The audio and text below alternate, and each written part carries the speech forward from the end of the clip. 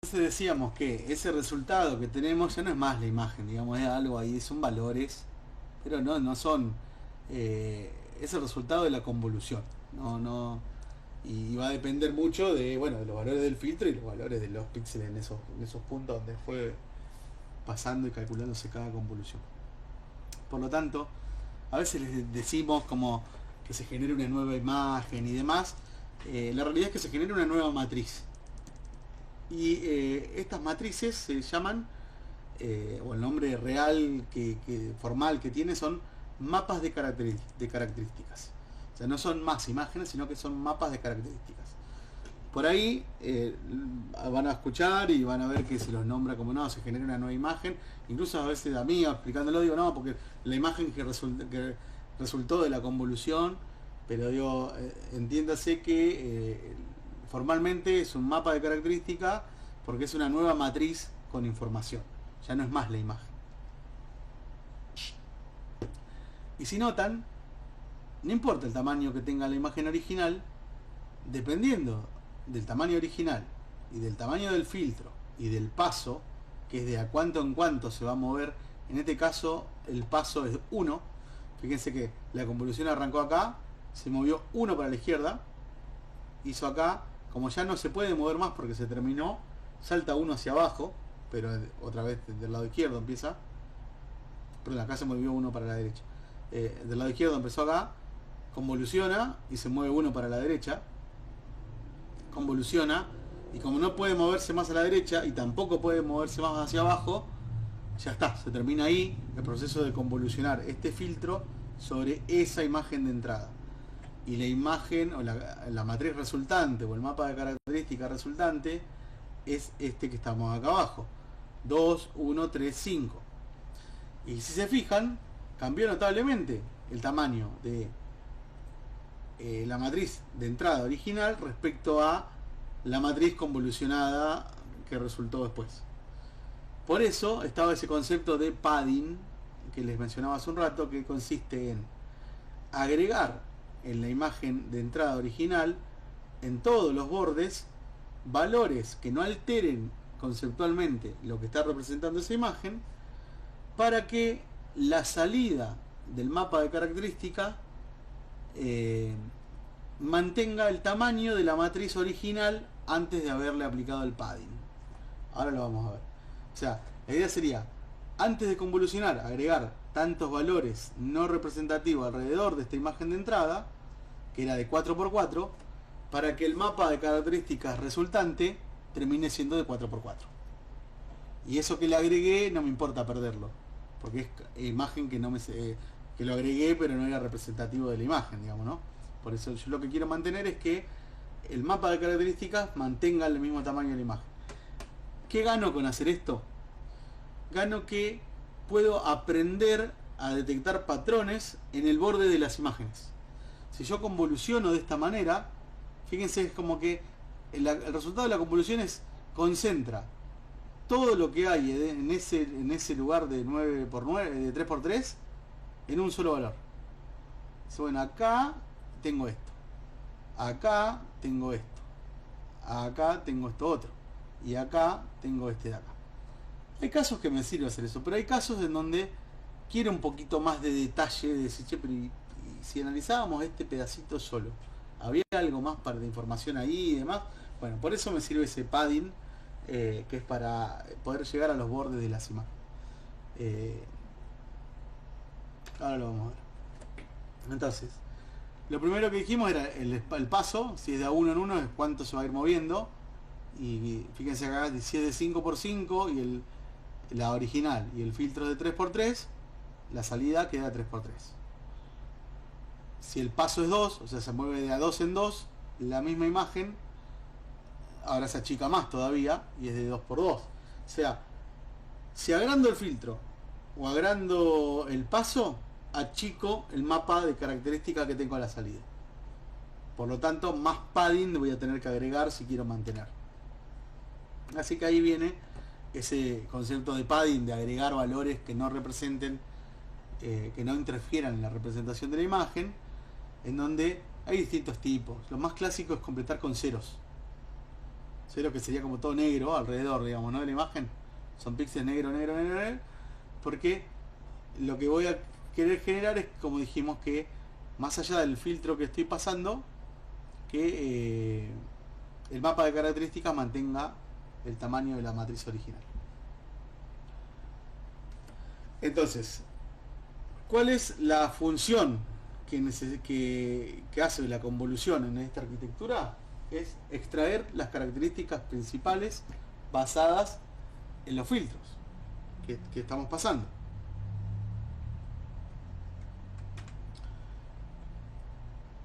Y para eso dijimos hay un montón de filtros clásicos para hacer, si uno quiere hacer este algoritmo de forma manual, a mano. Entonces, por ejemplo, tengo filtros para desenfocar, por ejemplo, para borronear la imagen. Por ejemplo, miren este filtro que está acá, que es con un noveno de cada. Tengo 3×3 con un noveno, el número decimal, digamos, fraccional con un noveno. Si lo convoluciono por cualquier imagen, lo que hace es me la desenfoca, me la borronea. Por ejemplo, se usa para hacer cuando estamos en un Meet y te pones que te bluree el fondo para que no se vea el fondo de donde estamos. Bueno, ese filtro lo que hace es se convoluciona sobre la imagen que se está viendo y se aplica esto en esa imagen. Imagen original, fíjense. Acá blureo un poco, mientras más agrego ese valor, más desenfoca. Vamos, digamos, o puede verse como un suavizado en la imagen, ¿no? Pero hay distintos filtros. Por ejemplo, está el filtro de Sow, el filtro Prewidth. Hay un montón de filtros ya predefinidos que me sirven para determinadas cosas, como detectar bordes, detectar contrastes. Hay un montón de clásicos. Por ejemplo, el filtro laplaciano para detectar bordes. Si yo en mi filtro le pongo estos valores de 3×3 y le pongo esos valores y convoluciono cualquier imagen, lo que voy a obtener es todos los bordes marcados. Acá el problema es, no sé si lo han pensado ya, esto que acá tienen otro, por ejemplo, para el repujado, acá y así distintos filtros. Tenemos varios problemas hasta ahora. Sabemos que hay filtros que son específicos, están estudiados matemáticamente para hacer un blurear, para sacar una bordes, etcétera. Pero ahora, ¿qué? ¿Me tengo que aprender todos los filtros? No. ¿Cómo sé quién me enseña qué valor le pongo al filtro para detectar imágenes? Aparte, ¿no dijimos que el Deep Learning me ahorraba ser un experto? O me ahorraba ese experto que me decía qué es lo importante. No, yo no quiero tener que saber que tengo que detectar bordes, que tengo que detectar contrastes, que tengo que detectar líneas rectas, que tengo que detectar líneas verticales. Si bien eso uno puede decir, bueno, eso es lo básico, lo conocemos, pero digo, debe haber otras cosas más complejas que seguramente no sepamos, y por eso usamos Deep Learning y decimos, no, yo me quiero abstraer de eso. Bueno, la idea es que la red convolucional lo que va a hacer es iniciar filtros aleatorios que no sabemos en qué se especializan, o en realidad se especializan en nada, filtros que van a ser todos iguales. Y ¿se acuerdan del algoritmo de backpropagation que optimizaba los pesos de una red tradicional? Acá se va a utilizar, pero para ir optimizando los valores de los filtros. En vez de andar modificando las conexiones entre neuronas, lo que vamos a entrenar en una red convolucional, y esa es otra de las diferencias con la red clásica, es los filtros.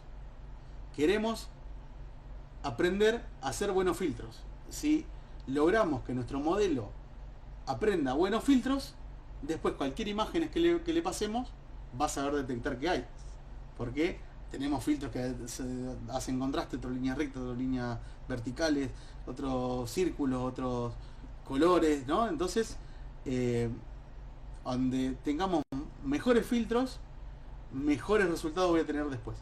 Y la idea de esta red convolucional es entrenar entonces los filtros. otro de los problemas que tenemos es qué tamaño le damos. Como decíamos hoy, ¿qué le doy? ¿3x3? ¿5x5? ¿De qué depende? Y bueno, en general dijimos, van a ser impares, cuadrados, pero podría ser pares también, digamos, eso va a depender del problema. Siempre es más chico que la imagen, bastante más chico que la imagen original.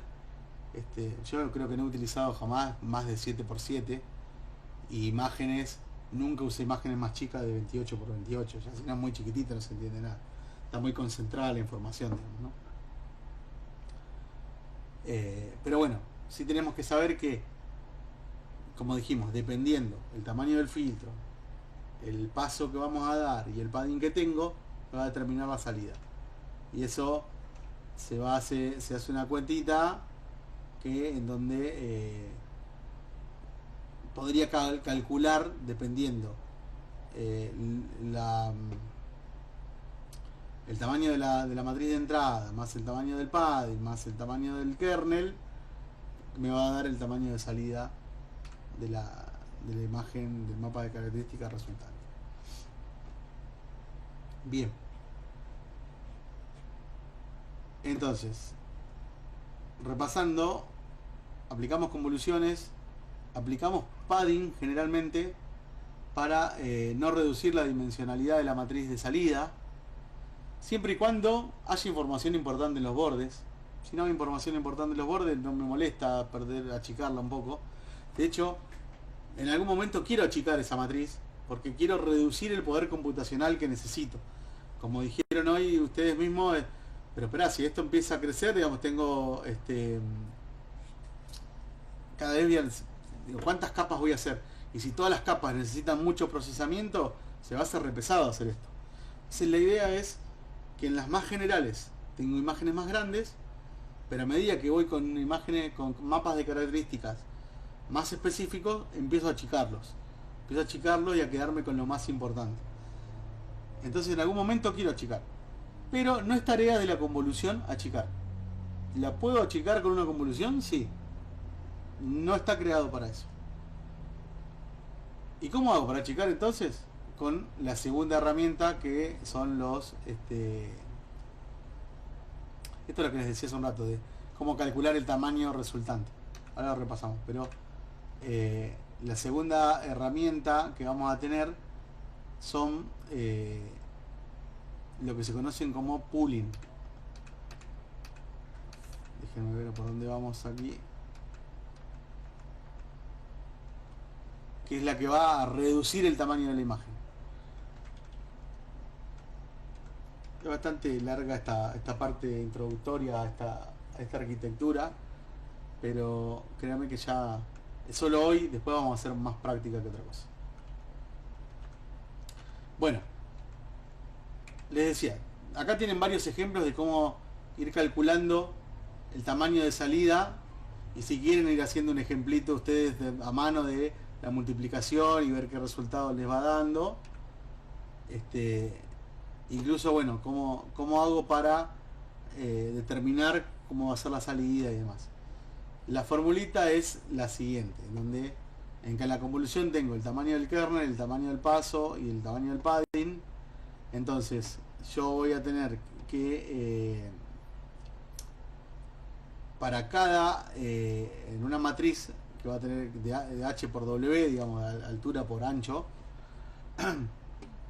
lo que vamos a tener es, para calcular el alto de la matriz resultante, voy a hacer el alto de la matriz original menos el tamaño de la altura del kernel más 2 por el padding que le aplico. Todo eso lo divido por el tamaño del paso o del stride, lo mismo, y a ese resultado le sumo 1. Y para el ancho de la imagen de la matriz, lo mismo, ¿no? Agarro el ancho de la matriz original, le resto el ancho del kernel, le sumo el padding por 2, lo divido por el paso y le sumo 1. Fíjense que acá tengo para un paso, a ver si tengo un ejemplito por acá. un ejemplito rápido acá. Miren, imagen de 7x7, kernel de 3x3, paso de 1, padding 0.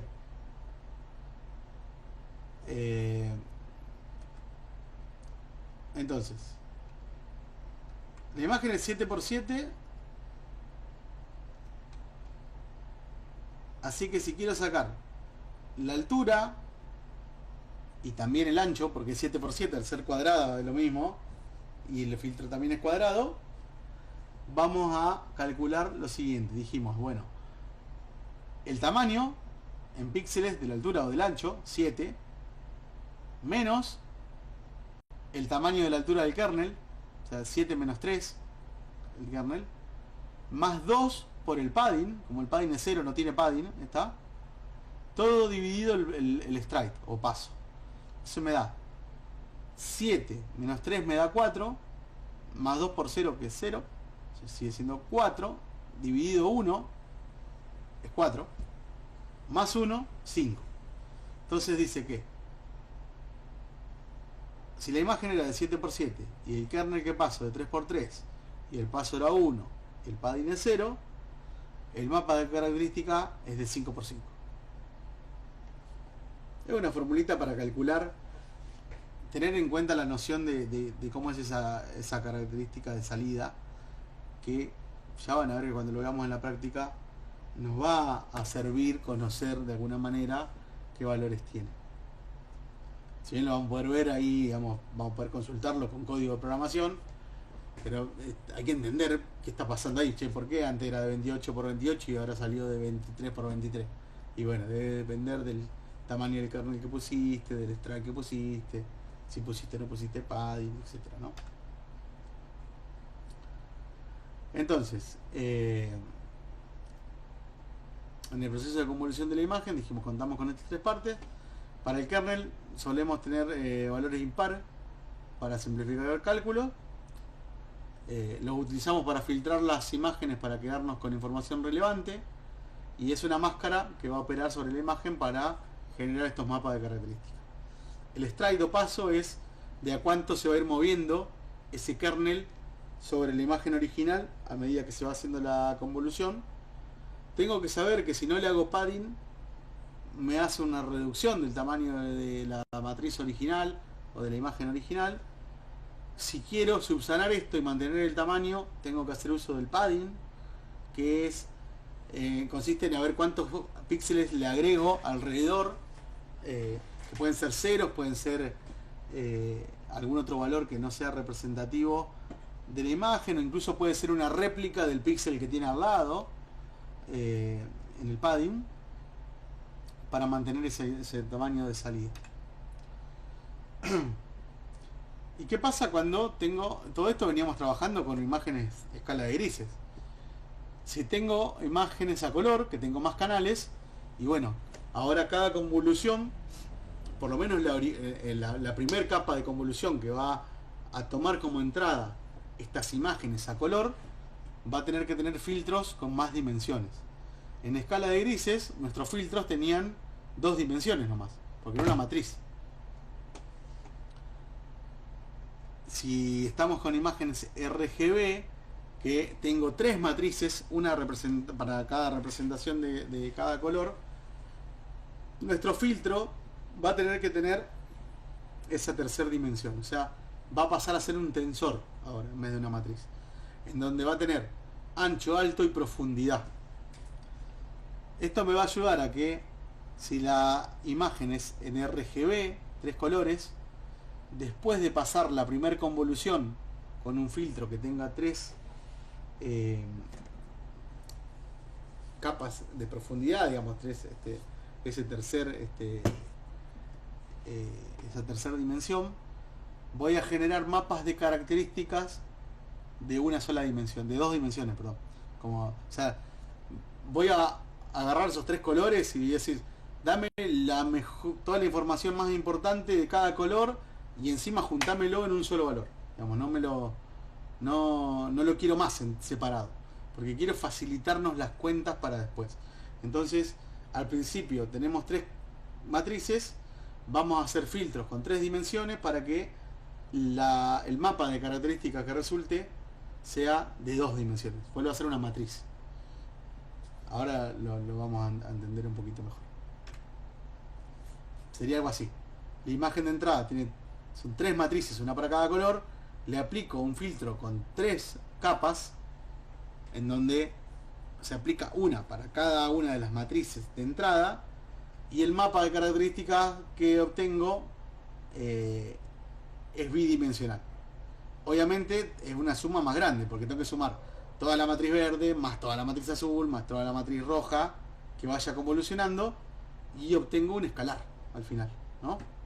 De las 3 matrices obtengo un solo escalar, y a partir de ahí es como si fuese escala de grises.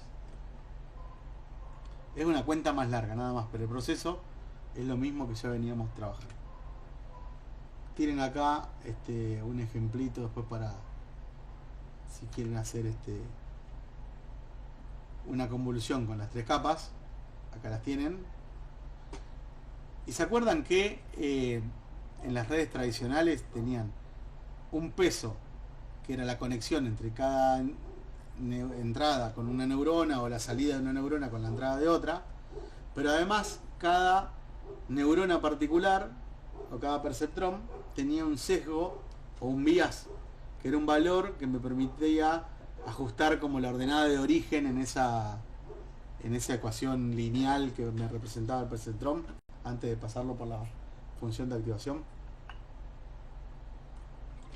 Acá también vamos a tener ese sesgo o bias, pero como no tenemos neuronas, sino que vamos a tener, dijimos nosotros acá lo que nos interesa es optimizar los filtros. Cada filtro va a tener un bias. Entonces si tengo 3 filtros, tendré 3 vías. Tengo 20 filtros, 20 vías, 100 filtros, 100 vías, etc. Y obviamente la idea de esto es que en cada capa convolucional tengamos muchos filtros. No vamos a ir entrenando de a uno. Vamos a poner, no sé, en los más generales 60 filtros, 64 filtros. Un poquito más adentro 32 filtros, un poquito más adentro 16 filtros, ¿no? O más, al revés, digamos, que de forma creciente. Eso dependerá del problema. Pero vamos a tener muchos filtros, porque lo que queremos es muchos filtros especializados en cosas particulares.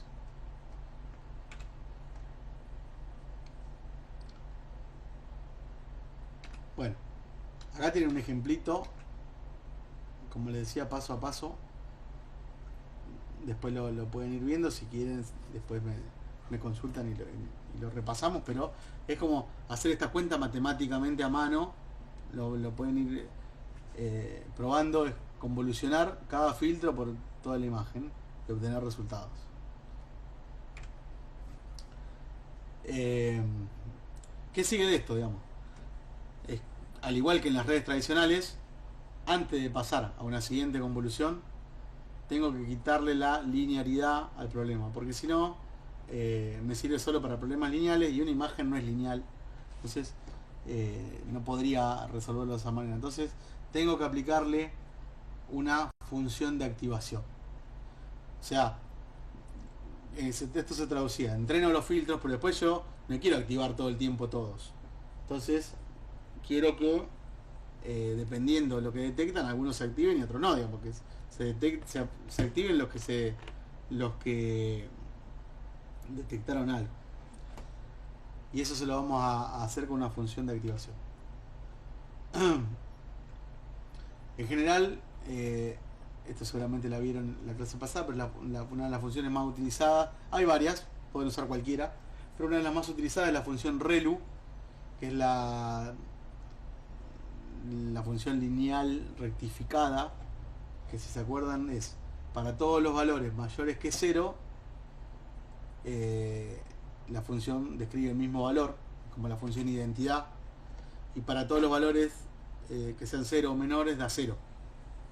Entonces es fácil de calcular y demás, y tienen bastantes características, porque como les decía hoy, si por ejemplo si el valor da arriba de 0, activa el filtro, y si da 0 o menor o negativo, no lo activa. Está bueno por eso, usar esa función. matemáticamente se expresa así, ¿no? Es el máximo entre el valor 0 y el valor de salida de ese punto. Si este es un -1, como el 0 es más grande, te dice 0. Entre 0 y 0 dice 0. Y ahora si es un valor positivo, me deja el valor positivo, ¿no? Y esta es la forma gráfica. Para 0 o los negativos vale 0, y para todo lo demás, la función identidad.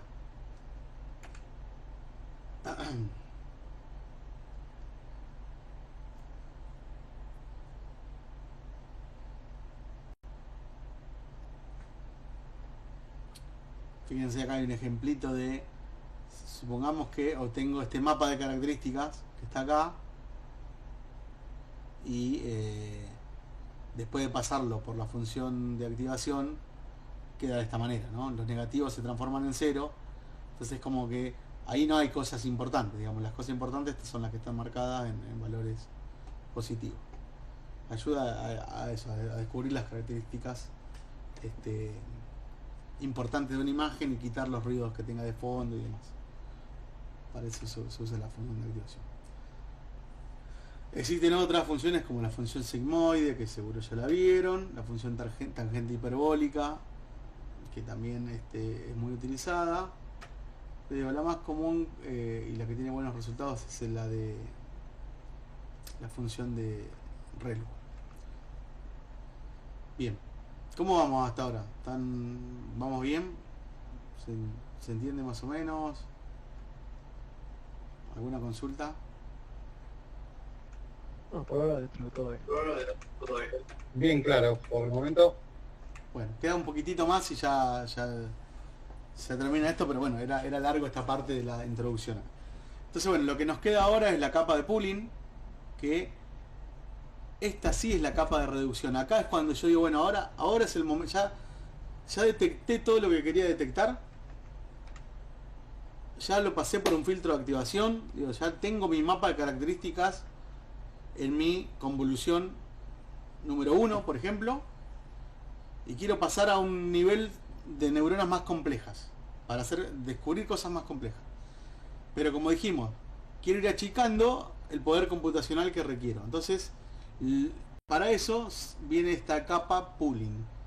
Que el pooling sí es el encargado de reducir los mapas de características a un nivel más chico del que tenían en la capa anterior. Generalmente esto podría variar, pero generalmente lo más tradicional y lo que se usa 99,9% de las veces es usar un pooling que me reduzca exactamente a la mitad el tamaño de la capa anterior. Por ejemplo, si yo tenía mapas de características de 224 por 224, como en este ejemplo acá, y tengo 64 mapas de características en esa capa, cuando le aplico el pooling, lo que busco es que mantener la cantidad de filtros, porque no quiero eliminar filtros, porque los filtros eran especialistas en cosas puntuales, pero lo que sí quiero es que en vez de tener 224 por 24 se reduzcan a la mitad. Entonces me quedarían 64 filtros de 112 por 112. Y después en otra capa reduciré la mitad, y en otra capa reduciré la mitad, acorde a lo que necesite. Entonces, el pooling es el encargado de reducir la dimensionalidad de los mapas de características. ¿Cómo hace esta reducción? Porque no es así nomás, no es que agarro y la recorto a la mitad porque sí, sino que va a ser un proceso similar al de la convolución, en el hecho de que va a pasar un filtro por arriba de la imagen, pero esta vez, en vez de para convolucionar, es para quedarse con la información más importante de cierto sector.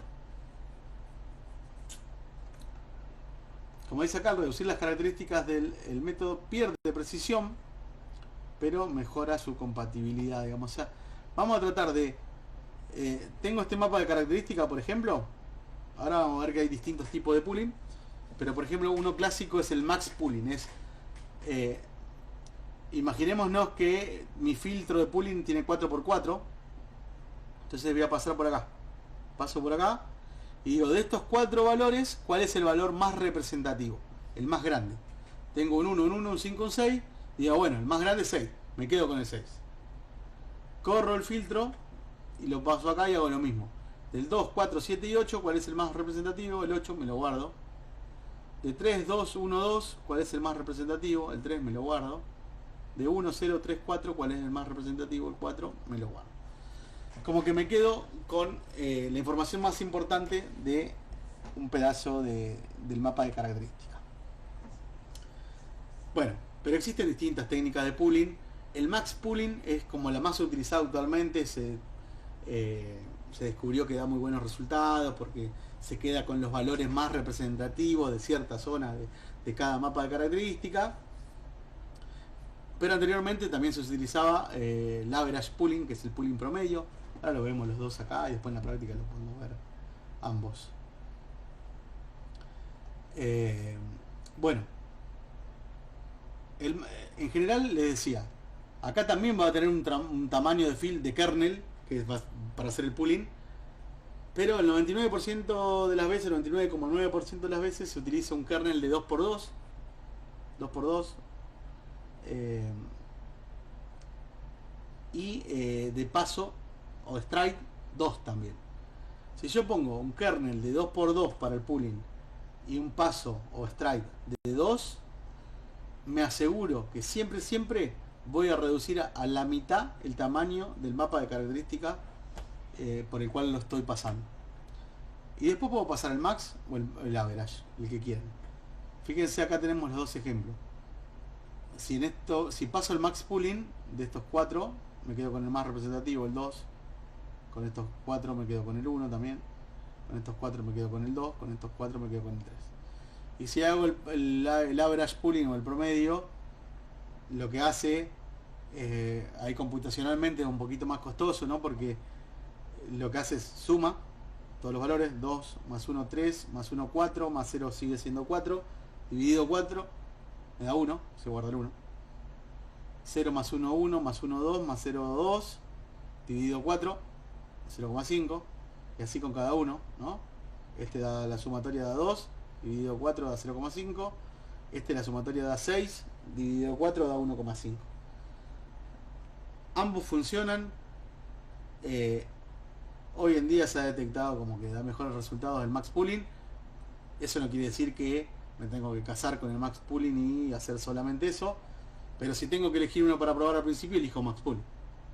Y si tengo tiempo y no me convence el resultado y quiero probar y quiero contrastar, contrasto después contra el average pooling, ¿no? Pero esto también tiene mucho, crear un modelo y una red neuronal tiene mucho de arte, ¿no? Digamos, no hay una técnica ni una forma de, digo, no, tenés que poner esto y va a salir. Cada problema es distinto, voy a tener que, dependiendo de la práctica, van a ir puliendo y detectando ciertas cosas que pueden optimizar en cada modelo que vayan creando a medida de lo que van resultados que van obteniendo, y mientras más tiempos tienen más para dar un resultado a alguien o para lo que necesiten, más pruebas van a poder hacer y bueno, mejor va a ser seguramente los modelos que entreguen. Bueno, entonces convolución, activación, pooling, y ahí hago de vuelta si quiero, como ahí reduje, puedo hacer otra nueva convolución, que otra vez va a tener una activación y otra vez un pooling. Entonces voy pasando de características generales a un poquito más específicas. Cuando termino de hacer características, de extraer las características, ahí viene la etapa completamente conectada. Que la etapa completamente conectada no es ni más ni menos que una red neuronal densa como la que vieron la semana pasada. La única diferencia es que la entrada de esta red neuronal, que también van a tener que armar ustedes, en donde va a tener una capa de entrada, una o más capas ocultas y una capa de salida. Esa capa de entrada va a ser o va a estar determinada por un vector que es el resultado de aplanar y poner todos los mapas de características que me generó después de haber pasado por todas las convoluciones. Me generaron esto que está acá, Los aplanos lo pongo en un vector, uno al lado del otro, y se los doy como entrada a una red neuronal densa. Ahí se van a entrenar los pesos, se va a hacer el algoritmo del descenso de gradiente, se van a optimizar los pesos, los vías y demás. Se va a ir pasando por una función de activación, que será relu, tangente, lo que ustedes quieran. Y como capa de salida, en general, en los problemas de clasificación, vamos a tener la función softmax, que es lo que es una función probabilística de activación que me va a poder permitir determinar las probabilidades de que sea cada una de las clases que quiero detectar. Por ejemplo, un árbol, una copa, un auto, una flor, como dijimos acá, como tenemos el ejemplo acá, en donde, bueno, la que tenga mayor probabilidad, seguramente la red me va a decir, acá me parece que hay una flor, porque es lo que más probabilidad le dio. Pero es una red tradicional como la que ya vieron.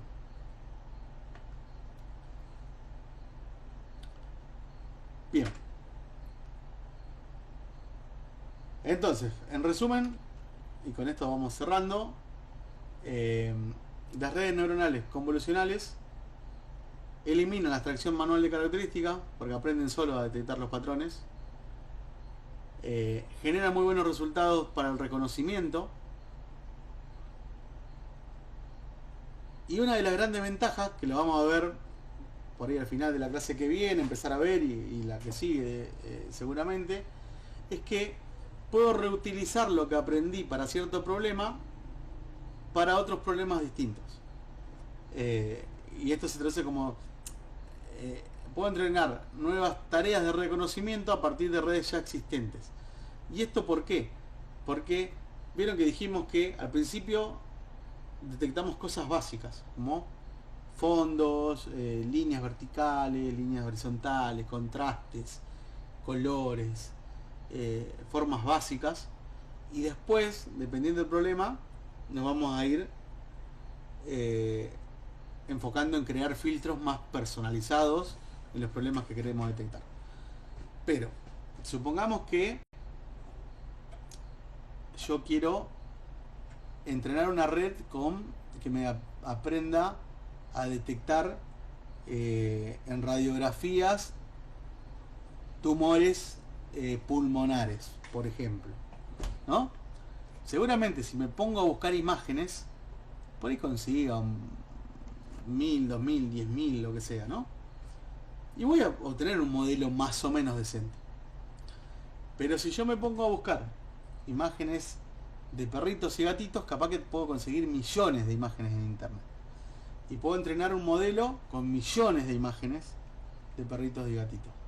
Y uno puede decir, ¿pero qué tiene que ver detectar un perro o un gato en una imagen con detectar un tumor o una enfermedad cualquiera en una radiografía?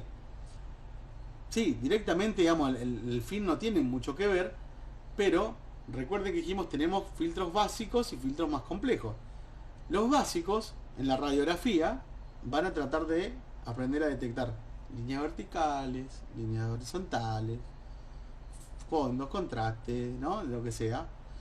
Y en los perros y en los gatitos van a intentar detectar líneas verticales, líneas horizontales, fondos, contrastes, ¿no? Lo mismo.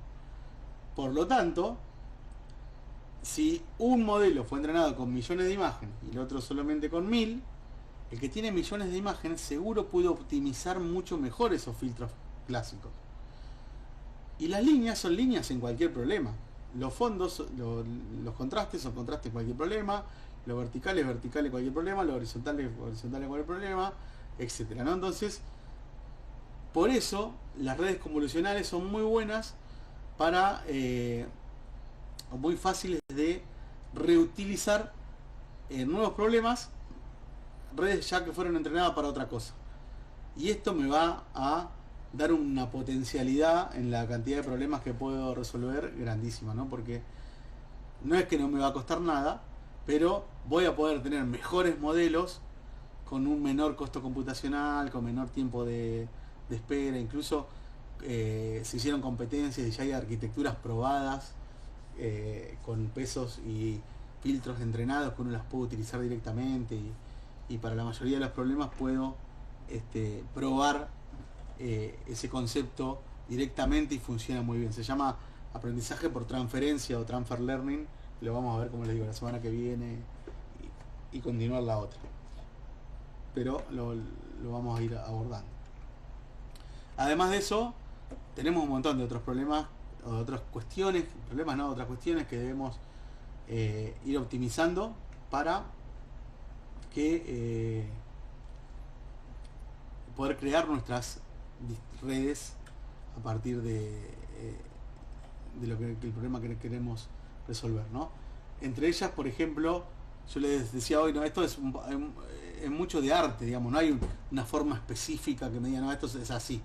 Entonces, tengo que determinar la cantidad de capas que tengo, o sea, cuántas capas convolucionales, después la capa completamente conectada, cuántas capas tiene, cuántas neuronas por capa y demás, ¿no? ¿Qué función de activación voy a elegir? ¿Cuál va a ser la tasa de aprendizaje? ¿Se acuerdan? El learning rate es el paso que va a ir dando de corrección a medida que vamos corrigiendo o aprendiendo. El batch size, esto hace referencia a la cantidad de datos que le voy a dar en una época de entrenamiento o en un momento dado para el entrenamiento de una red. Las épocas, que es la cantidad de iteraciones que voy a hacer en el entrenamiento. Voy a entrenar una vez sola, voy a entrenar 2, voy a entrenar 10, voy a entrenar 100, ¿no? La regularización de los datos que estoy pasando, si van a estar regularizados, si no. Hay un montón de, se llaman hiperparámetros, seguramente también lo han charlado en la clase anterior, y son cuestiones que tenemos que ir puliendo a medida que armamos modelos, ¿no? Así que todo eso lo vamos a ver luego en práctica. Esta semana ya llevó bastante tiempo esta clase.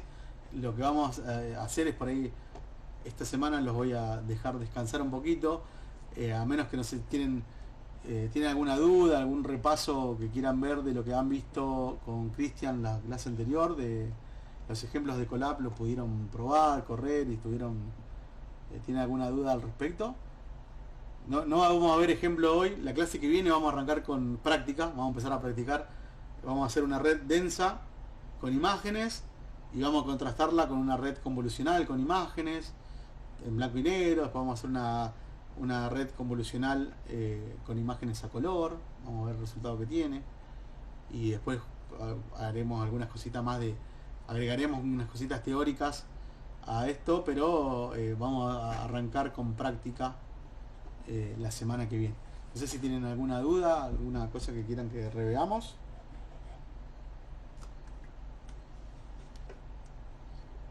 Sin dudas, bastante interesante la clase de hoy.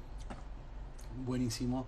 Los voy a dejar ahí con las ganas de hacer práctica hasta la que viene, pero sí me interesa que revean la práctica que vieron con Cristian, que si no lo hicieron, que se pongan a hacer correr los collab, que jueguen con ese collab, que modifiquen las cosas que Cristian les fue mostrando y probando. De última me escriben ahí por el campus, nos mandan mensajes y les voy contestando si hay alguna duda. Así la semana que viene arrancamos con práctica de esto, repasando lo que es redes neuronales, y vamos a hacer una red convolucional con imágenes. No va a ser algo muy loco, pero son todas iguales después, pero digo, con unas imágenes simples para que lo tengan de ejemplo, y después a medida que pasen las clases podemos hacer ejemplos más complejos. Pero ya vamos a trabajar con imágenes la semana que viene. Así que nada, si no hay más dudas, los libero por hoy, ya son 10 menos cuarto, tuvimos bastante tiempo, y nos vemos el lunes que viene. Perfecto, nos vemos el lunes. Todo, profe, gracias. Chao, nos vemos. Gracias.